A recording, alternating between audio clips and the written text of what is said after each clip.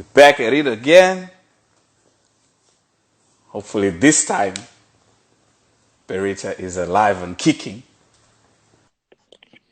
Berita, Berita, Berita. Hi, TK. How are you doing? I'm doing fine. How are you doing? I am doing well. I would like to apologize to you and everybody watching. I am so sorry. Our time was 7 o'clock. I I just got caught up. It was a long day. I'm really sorry about that. You got caught up, eh? Yeah. Ah, it happens. You're putting too much work, so that's why, you know. But Mm. yeah, thank you to so much. Thank you so much to everyone that's joining us. I see bangers underscore Eugene says I thought I overslept and missed it. So you are right on time. Maybe I was just trying to get in time for you, you know? That's good. That's good. No, I'm happy to have you on. And basically, thank you for your time. Thanks for, giving us this special moment. This platform is just to showcase different individuals. I believe they're doing awesome work, amazing work, and putting in the time. And I believe you're one of those artists. And I'm really happy and excited to have you today. Basically, we just want to, go through on who is Berita, what's going Yeah, on, so that yeah, people get to know more about you. So if you yeah. if you can start maybe with giving a brief background of who is Berita. Who is Berita? Oh my goodness. I am a singer, songwriter. I am a guitarist. I like to whenever people ask me that question, it's a bit difficult. I call myself a slasher because I do so many things. So singer, songwriter, Mm-hmm. guitar player, music producer, record label owner. So there we go. In terms of like, professionally, in terms of like who I am, my name is Kukule Tukumalo. I am originally from Zimbabwe. That's where I was born and raised. I am a musician based in South Africa. That's great. Um, I I first met your story or your journey. I bumped into you 2012 Yeah. at a Kalawa event which they hold every year at Queen's Park Sports Mm-hmm. Club. So Mm-hmm. I think it was actually Oskido who was on stage. It was like, yeah, I want to introduce Berita from Inketa 6. Like, who is this girl, And you went on stage, you did a couple of tracks, and one of the biggest track you did there was Tando Letu. And I wanted you to talk about that because I believe that's one of your stepping stone moments to into a bigger limelight. Absolutely, yes. You bring up memories. So 20 2012, I was actually a second year student at varsity, Hmm. and I released my first album. Hmm. And I actually was doing an activation in the Eastern Cape, and then it was a taxi rank type of activation with a big corporate company that was doing an activation in the streets. So they had big names fly in all the way from Joburg, Okay. and one of them was the legendary DJ Oskido. Hmm. And I was so lucky that day that I actually performed right before Oskido DJ'd. So he listened to my music. At the time, no one knew me, no one had heard of my music. And this song, Tandolwetu, caught his attention. So afterwards, he came to me and said, listen, I've got a new album coming. It's already mixed and mastered. But that song of yours, Tandolwetu, is really special. So I Hmm. would love to remix this song and put it in the album. Okay. And that was like an opportunity of a lifetime. Bear in mind, he's actually stopping the arrangements of his album to make sure that this song gets on the album. So, and I think that was about August. So, and then he remixed the song, put it on his album, and then a lot more people got to hear it. And then from there, I would, perform. He would always give me opportunities to perform, especially if it's a Kalawa Jasmine event. Shout out to Kalawa Jasmine. And one of the Kalawa Jasmine events is actually the one that you're talking about that happens at home in Yeah. Bulawayo every year. Yeah. A lot of people don't understand what Oskido has done. Their record label, Kalawa, has opened a lot of doors to a lot of artists. And Absolutely. it's really something we give. We are thankful and we are happy. And Oskido himself is also a Zimbabwean who's based in Yeah. SA, So we really appreciate that. So then what happens is you're getting more airplay, you're getting more popular. Talk to me about maybe the criticism you least expected but experienced when you were now getting more popular. Well, I mean, there's always going to be the cheap shots that the industry likes to throw at female artists. It's always interesting, TK, when there's a new female artist in the blog, there's always this talk that, oh, now that you are here, so and so is going to move over, or so and so is out of fashion now, Okay. and it's definitely something that I experienced as well. And I'm so grateful because I was mature and I had people around me that made me realize that no, this happens a lot in the industry. You have to grow Okay. and you don't have to worry about the comparisons or what people think you're doing in the industry. That's really good because I remember even there was an award you won and you dedicated Yeah, it to Eastern Cape, I believe. And yeah, obviously your yeah. fans, some in Zimbabwe, who maybe had arrived just right in that moment, were so furious at you. You are now aligning yourself so much with South Africa. But just like you say, it takes a lot to understand that it's your story. These moments happened with the people maybe in Eastern Cape supporting you more. Yes, you're from Zimbabwe, but the opportunities and everything is coming within the environment, so you have to embrace it. So Yeah. I don't know how you felt about that. Yeah, I think for me, I'm grateful because God has always put legends in my way, and legends. I'm a student of legends. I'm very fortunate in that way. I was also able to work with Baba Oliver Mtukudzi, whom I also met in my first year in the industry. He heard about me and Hmm. he heard the song Thandoloetu and he loved it. And Hmm. he invited me to Harare to record a song with him the following year. So, having to spend time with legends, I got to understand that this journey is long. When I had come into the industry, I'd always been honest about my background, where I come from. I come from Zimbabwe. That's where I was born. That's where I was raised. So I even remember some people that say to me, "But you look South African. You sound South African." Even if you were to lie, and, and just Yeah, say you it come would from fly. Eastern, even my surname, even if I was to Yeah. just lie about it, no one Mm. would, for the longest time, I could have gotten away with it. I never Yeah. did lie because I always honor my background and where I'm from.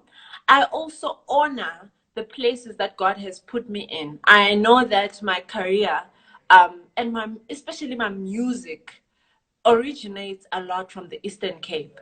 And also as someone that has traveled, if I go a bit back when it comes to my story, I Mm-hmm. left with my parents. I left Zimbabwe when I was 16 years old. My parents were seeking greener pastures, just like a lot of Zimbabweans have done in the diaspora. So my parents and I went to New Zealand. When I finished high Okay. school in New Zealand, the opportunity to continue to live and pursue opportunities there was not available for me because of the type of visa that I had. So I had to come back home. And Okay. luckily, I got an invitation to study at a school in the Eastern Cape, Walter Sisulu. I left Zimbabwe. I'd never played an instrument. I sang in choir a little bit. If someone from Zim tells you that I grew up with Gugu and she used to sing or she used to play guitar, that person is lying.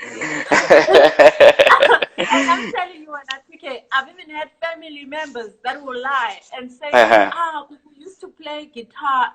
They're lying, you know. Yeah. When I moved to the Eastern Cape, that's where I really started writing songs and playing.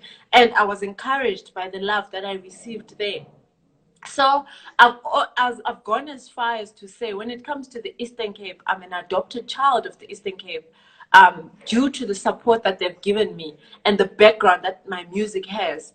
But also, I'm very fortunate to have spent time with Baba Oliver Mtukudzi because I feel like he brought me closer to home. He said to me, "Yes, child, you are blooming there, but you are also ours." And he would always say that when he was still alive.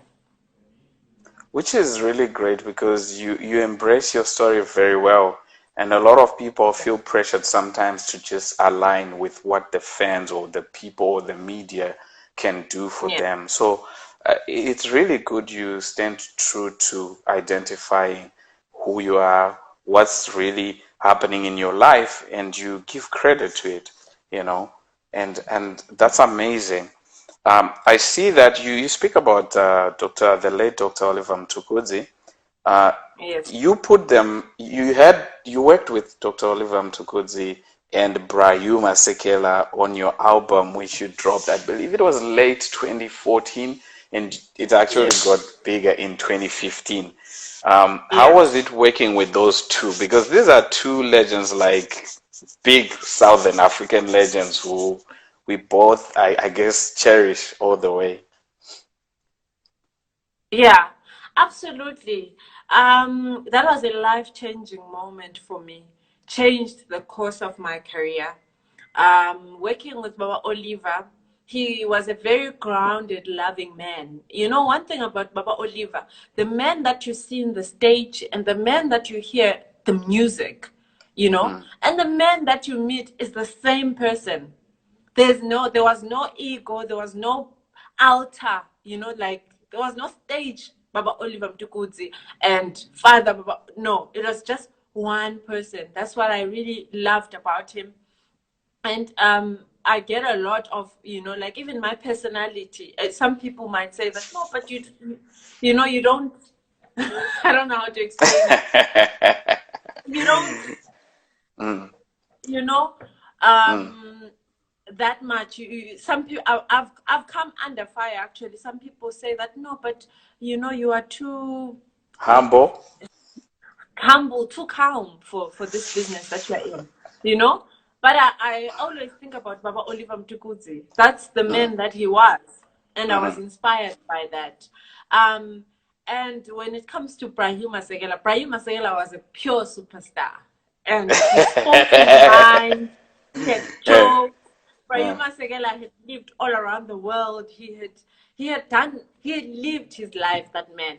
So yeah. also meeting him and getting to understand how he made music a part of his life. You know, he was playful. Uh-huh. I actually remember him telling me that your songs are nice, but you need later on, when he first watched me perform live, he was like, I really like what you do. You know, you've got your own thing. Stick to that. I like it. And then later he told me your songs are nice, but you need to make people dance a little bit. You Okay. know? And this year when I released Jigis Hindu, which is also an Afro soul song. It's not like a Yeah, house song, it's an Afro soul song, but you can dance to it. I you was can dance thinking well. a lot of him and what he had said to me. That's really good. You get an opportunity to work with such legends, you know. And Yeah. you're talking about this latest album of yours, which you just dropped. What's your favorite song on the album? That's a very difficult question, TK. That's like asking who's your favorite child? Like that question is very Ah, difficult. you're being smart now. Hey, you're playing chess with me. Like, but you have a song there, you know, you wrote and it resonated You with know, you. Jigis Hindu, my latest single is actually like in terms of commercially, my first song to go number one. Like Mm, that was an exciting moment for me. mm, Um, and also I love how the song came about. I just think that it's very well put together. I'm very proud of myself for that moment. But when it also comes to my latest album, Songs in the Key of Love, I feel like this album is ushering me into a new era. It's ushering me into an era where, as an artist, I allowed myself the freedom to create. I allowed myself um, to express myself in each and every song. Previously, I would work in situations whereby I've got a producer who has the final say on what the sound should be like, what okay. song stays and what song goes, who's the collaboration and who's not. But with this album, I really am the producer of the album. And shout out to Tejo AMG, John London, who worked closely with me as the co-producers, Tlamulo Baloy, the executive producer, and my Hmm. co-writers Bongi Paliti Mandagana, and Howard Gomba. That's really good that you're talking about being pushed into new heights, new challenges, Yeah. new, um, because one of the things which you have done now, which I really was like, yo, this is why I keep paying attention to what you're doing, Mm. is buying your masters of the two Yeah. other album. And to Yeah. me, that spoke volume of how much you're paying attention to your work, to your baby, you know. Yeah. You're really trying to make sure you put your all in it. Um, what inspired that, buying your masters and opening your own record label and opening an agency? What inspired that? Sure. Thank you so much. You put it in such an honorable way. Um, for me, TK, I've been in the music industry now for 8 years, Mhm. and I've had my fair share of challenges. I've come to learn that the industry is always changing. In fact, I have a new rule now. I don't sign any contract or any understanding with anyone that's beyond 36 months.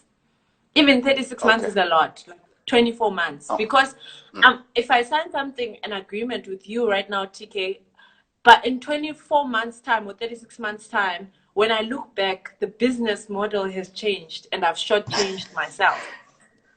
Okay. So now, and I'm in a very good position, a position that the legends, especially women that I look up to, were never afforded the opportunity to be in. And here I'm talking about legendary artists like Dorothy Masuka, Miriam Makeba, Brenda Makeba. Fassie, without Hmm. going deeply into what their affairs were. But the industry was different then. There's no way that as an artist, especially a female artist, you would have had the opportunity to own your own music. It cost a lot more money to produce music at the time, and the record labels or the companies that invested in artists, were much bigger. They were bigger corporations, and Yeah. the intense effort that went into marketing music meant that it was very, difficult. It was a mafia world, actually, to be honest. It was very difficult to be on your own. And now, um, think about it. Like, I also got to meet Mama Dorothy Masuga, and I once did a show with her. She wrote Pata Pata, but Yes. she didn't own the rights to Pata Pata, because Sad. back then, what happened is that the contracts, you handed over your rights to somebody, and in perpetuity. And not only were this, and this was a legal act, basically, and not only was it unfair morally, but you know, there was also racism involved in it. I'm sure you've seen, like, with the latest outburst, and you saw what the music industry did when they had a Blackout Tuesday, because the contracts for African Black people were not the same contracts that our fellow counterparts with a different skin color were getting. You know, for the longest time.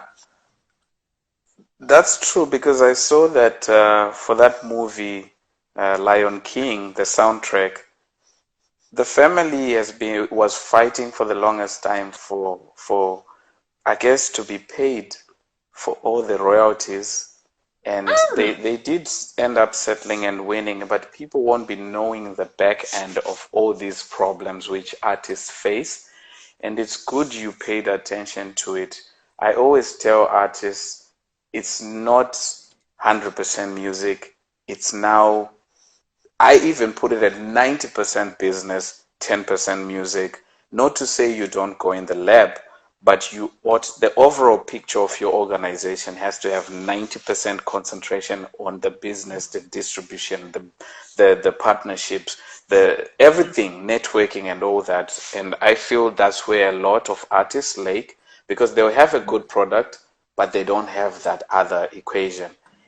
Exactly. And you know, the thing also, TK, is that you're not always going to be the hottest artist in the world. Like, I mean, look at, we are the small part of the pie. Like, look at internationally. I want to ask you a question. How many Black female artists have been prominent in pop music over the past 10 years? Besides Beyonce and Rihanna. Yeah, they do come and go. So somebody You is know? dictating the pace. The pace. So now what happens is that the challenge is that when you're no longer the hottest selling artist, or your primes, they like to say, your prime has passed. The Yeah. challenge is that now you are only earning the smallest piece of the pie because you don't own the music. And also the other thing is that the business is changing now. Streaming allows you as an artist to make money off your music for the rest of your life. Whereas back in the day, people bought the CDs or the cassettes when they came out, and then after that, even if they bought 500,000 and you made a lot of money, at some point the money was going to dry out because people move on to the next cassette or CD.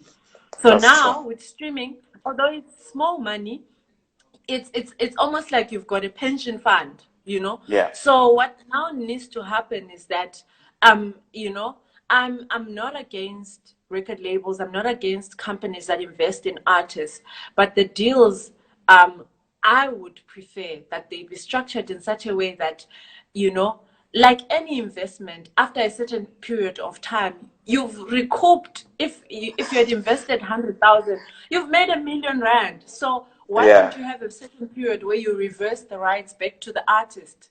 Because after all, you're a label, you're gonna have 1,000 artists. But me as an artist, I can only sing for so long. I can make only so long that I can make the hottest songs. So it was a difficult price to pay. I've had to, like, a lot of the profits I've made in the business in the past 24 months, a lot of the gigs that I was doing, I was running up and down South Africa, making money, saving it so that I could buy my music, so that, you know, in perpetuity, I get to earn a good, you know, royalty from that music, and my grandparents and grandchildren, I mean, and my grandchildren. No, it is a very smart move you did there. A lot of young artists needs to hear you talk about this. Need to get your advice on what you think in regards to these situations. And exactly, you explain it well. That's you get subpar contracts. It's a disadvantage for most artists who don't know what they'll be getting Yes. into. You'll be excited with your songs maybe playing on radio. You And wanted to also, say like, something. sorry to cut you there, but like, also the other thing I want to emphasize is you will pay your school fees. So sometimes you own your work, but you don't know how to market it. You don't know what to do with it. I'm in the process right now of learning the business. I actually have a business coach. I'm learning how do I market the music? How do I build a team? All those things. So take it one step at a time.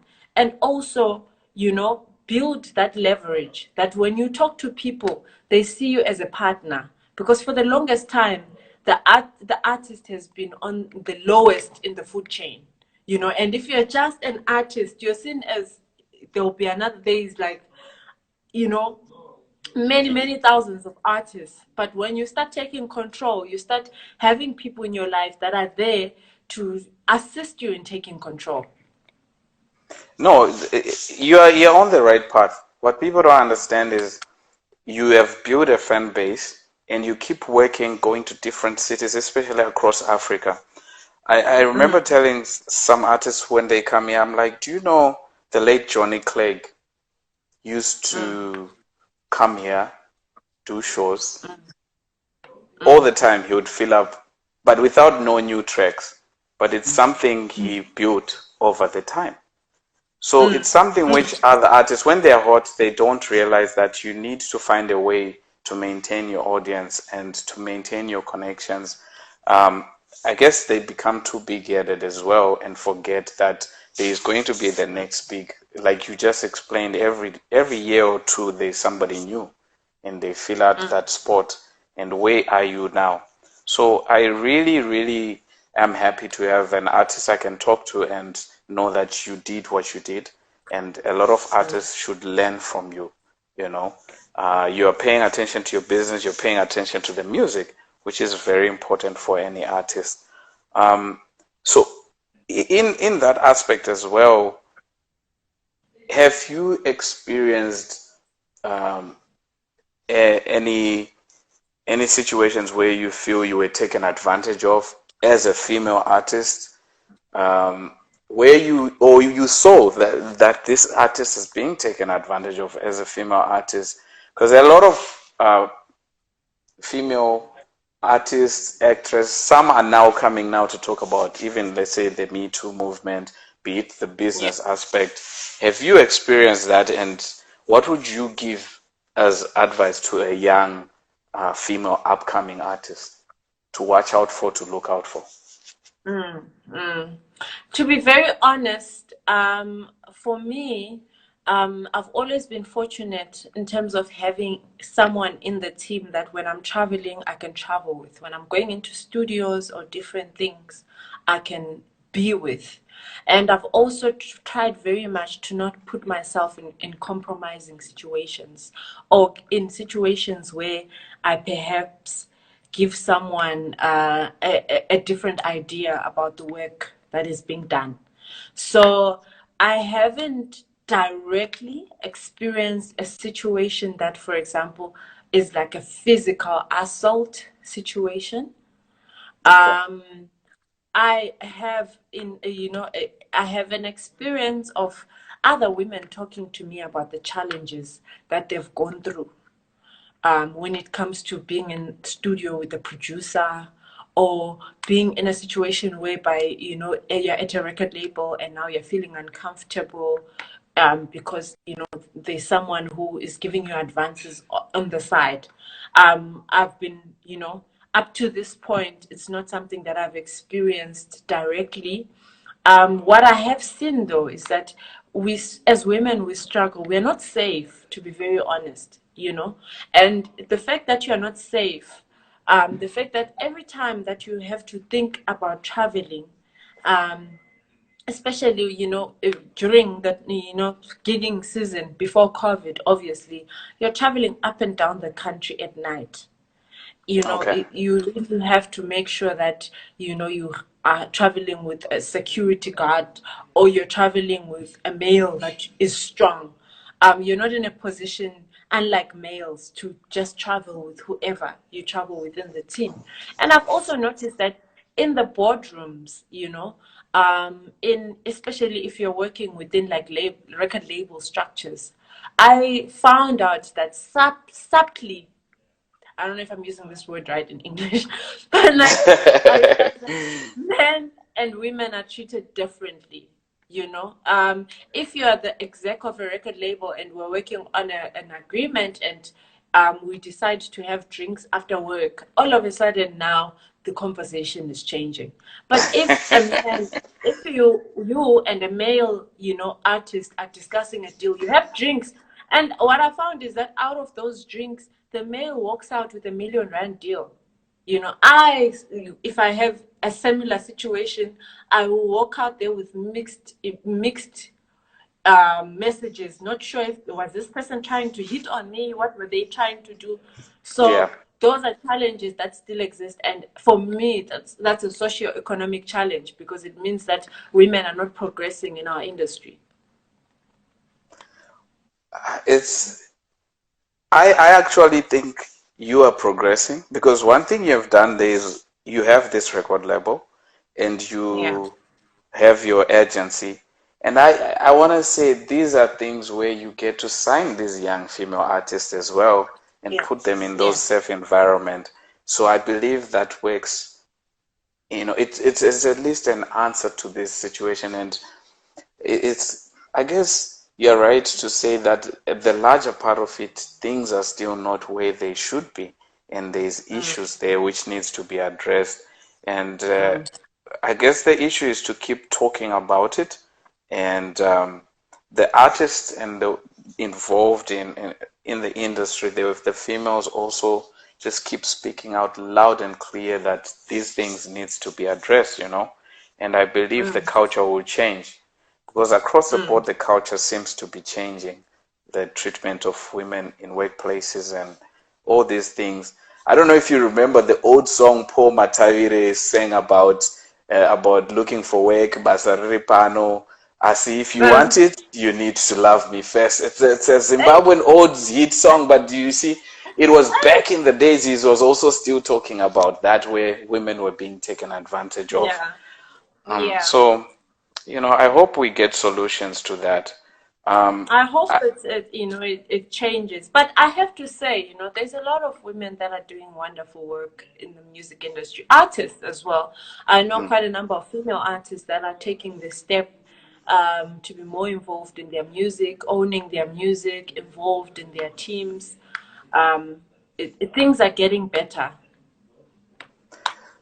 I guess another question which I wanted to know is, I remember, I think it was early 2019 or 2018. You Mm. just went MIA on social media. You shut it down. Mm-hmm.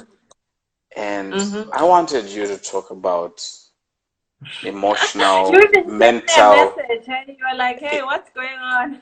you know what I mean? Like, I wanted to talk about mental awareness, physical wellness, all these things, because sometimes as artists, you keep going and Yeah.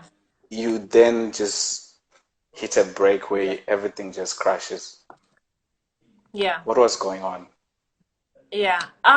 For me, that was a challenging time in my life, to be honest. It was a time that I needed to do the things I'm doing now. So I found myself in a situation whereby, um, like a relationship that I was in, like a romantic relationship, was ending, as well as a business relationship with not the same persons, with a separate entity, was also ending. And I realized when these two relationships ended at the same time that I had devalued myself in the business Wow. relationship, in the romantic relationship.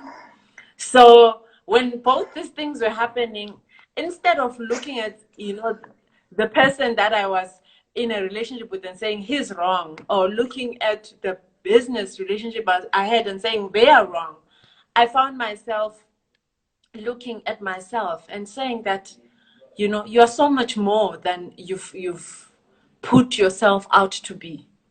So Okay. it was a time for me to reevaluate. I moved completely out of that relationship. There was no respect, so it was Hmm. time for me to walk. Okay. And then, in terms of the business relationship as well, I ended that business relationship and then started now my own journey. And when I look back, 2 years later, I think that was really the beginning of my growing up.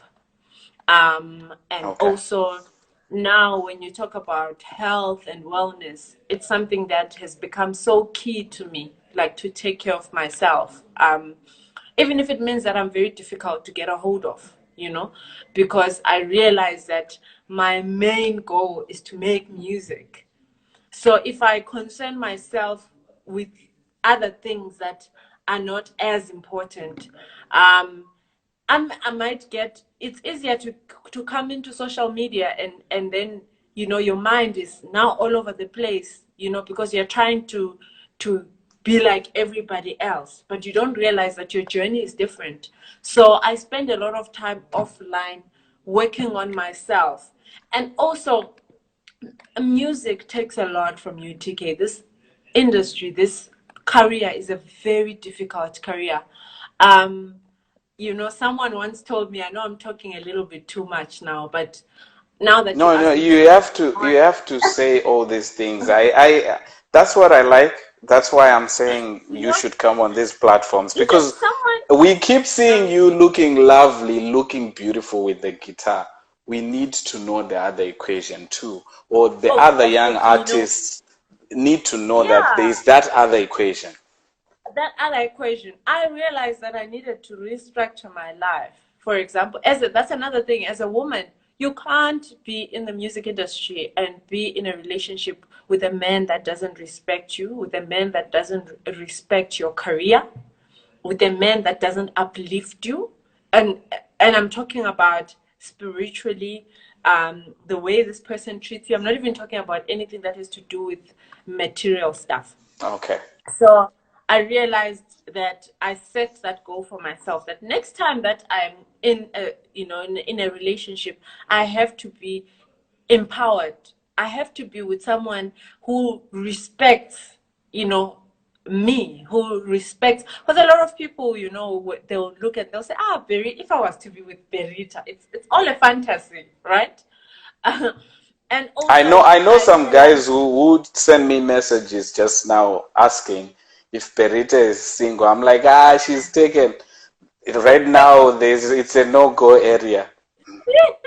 you know and Mm. like it was an important thing for me, because sometime later when I got into a relationship, I found myself with someone that absolutely respects me, absolutely honors me. And it's because I set that standard for myself. And That was very, very important. that's And the, I can't stress it enough for a female, that we're talking about, that. And then the other thing is just taking care of yourself. Like, I realized that at the end of the day, there's Gugu. Sometimes mm. people will say things about Berita, no, and say that, oh, but she's this, or she's that.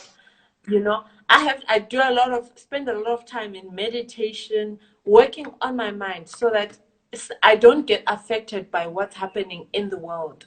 I control, because I have a gift to give to the world. That's amazing.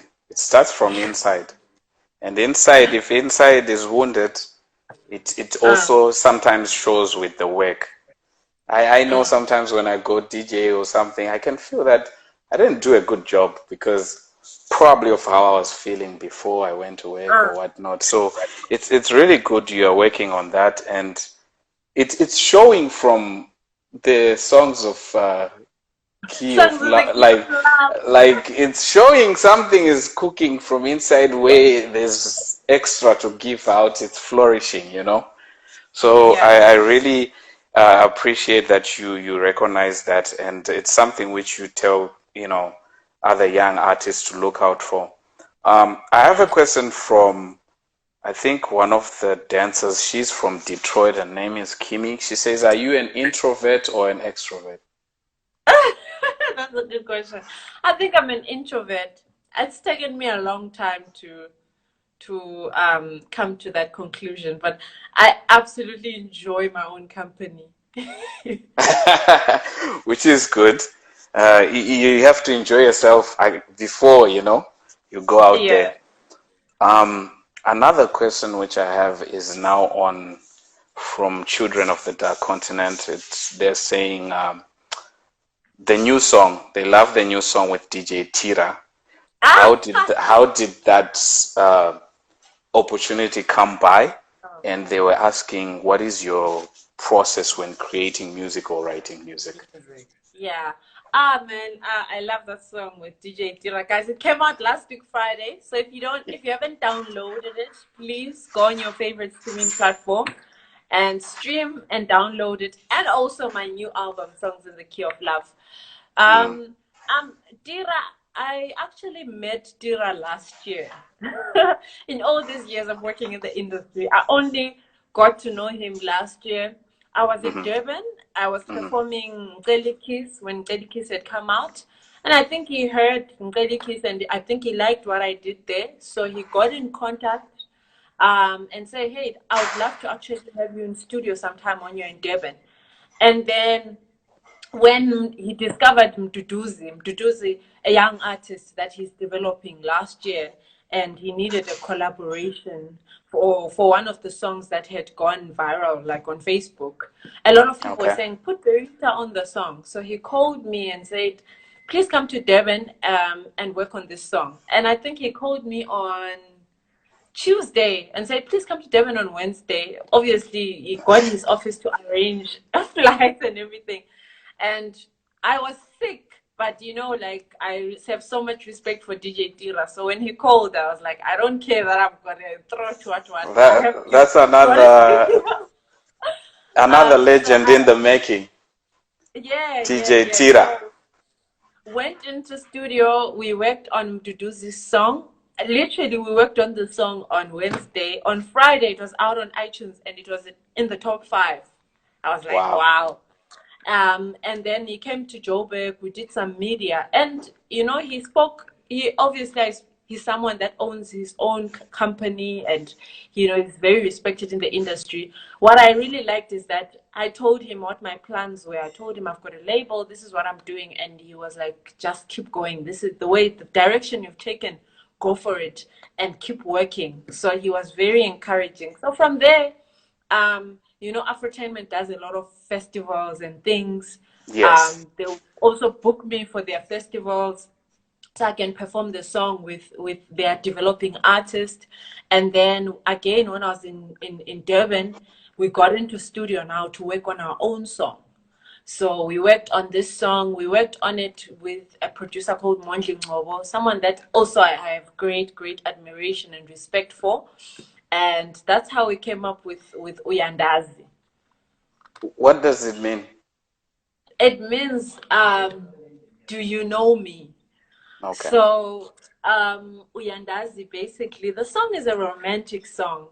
It talks about a woman that is saying, look, I don't want all these fancy things, all these material things. I just want your love. I just want flowers, lilies. I want us to walk by the beach and have That's a good Berita time. right there, right? Yeah, let's keep things simple, No. I'm thankful. And lastly, we definitely have to talk about Jigis Hindu. What does that mean too? Yes, Jigis Hindu is really a blessing of a song for me. It's the leading single of my new album. And Jigis Hindu basically means things will change. So the way the chorus talks about a generic concept of though things may be difficult, things will change. And it talks, obviously, Songs in the Key of Love is a collection of love songs. So it talks in the context of love. But I think in the space that we're in right now, with how 2020 is going with COVID, I'm seeing this song that is talking about how no matter how difficult things may be right now, no problem. Yeah. It's actually an awesome song, and I love it. I play it even. Yeah, I sent it to you before it came out, ne? Yes, you did. And that's one thing I appreciate, artists who look out for DJs across the globe and they send them the material. It's very important right now. In closing, I want you to talk about the humanitarian work you're doing, because you're involved in Yeah. projects where, sometimes like it's something which, as an artist, it's always good to give back. Yeah, yeah. Over the years, I've been fortunate to be involved in different humanitarian projects. My mentor, Mamu Yvonne Chaga Chaga, is actually the queen of humanitarian projects. So she's taught me a lot. Um, I've worked on one that I'm very proud of is in 2017, there was a storm that struck Durban, and I put together a concert at the time, a benefit concert, and we were able to raise proceeds to take to the people that were affected, and we were able to feed about 40 families at the time. Yeah. Um, but I think I was quick to realize that that was not per se my calling, that type of humanitarian work, because I realized that once you've collected the goods, to actually hand them over to the people is a whole different type of admin. That Okay. if you're not careful, the proceeds might not get to where they're supposed to go. Um, so since then, I've worked with the Southern Africa Trust. I've done a lot of their fundraising events where they fundraise. They deal a lot with socioeconomic challenges. So they fund a lot of entrepreneurs, which I found to be something that I really enjoy, Okay. because you're changing the entrepreneur's life, Hmm. and you're also changing a community. So I would definitely say I'm going more in that direction. There's a project that I'm working on. I can't exactly speak on it yet, but it's a project that is in the direction of women and economic empowerment. That's really amazing. Where can people find your work, your music? Yes. So on social media, I'm at Berita on Twitter, at Berita on Facebook, and at Berita on Instagram. And you're on iTunes, Spotify? And on iTunes, I am Berita, Spotify Berita, Apple Music Berita. Bangers underscore Eugene is asking, what does Shasha's award mean to you? I just thought, let me answer that question. I'm very, very excited for Shasha. She's done an amazing job. um yeah, I'm very proud.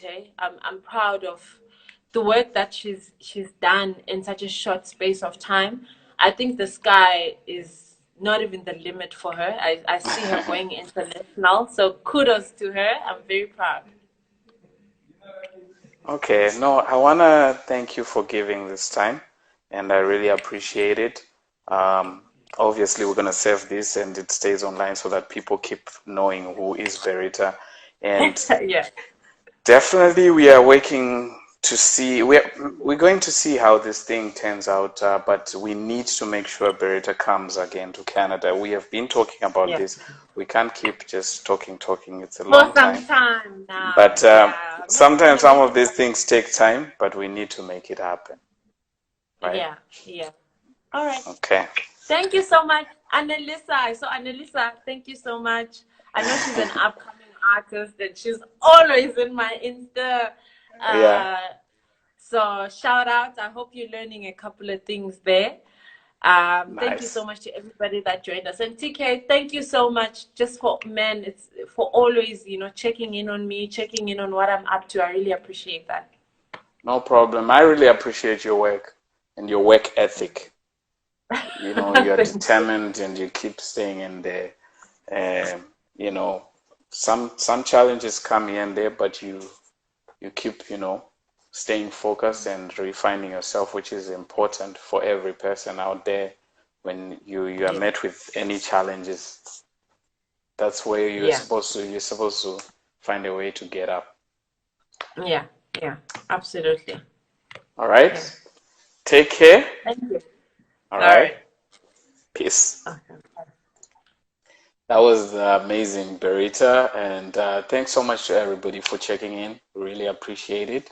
Um, every week, do remember to tell a friend, tell a friend. We'll be putting out this Tonderai, these conversations covering different artists, different people, different individuals doing great, amazing work from Africa in Africa, across the globe, everywhere. Peace.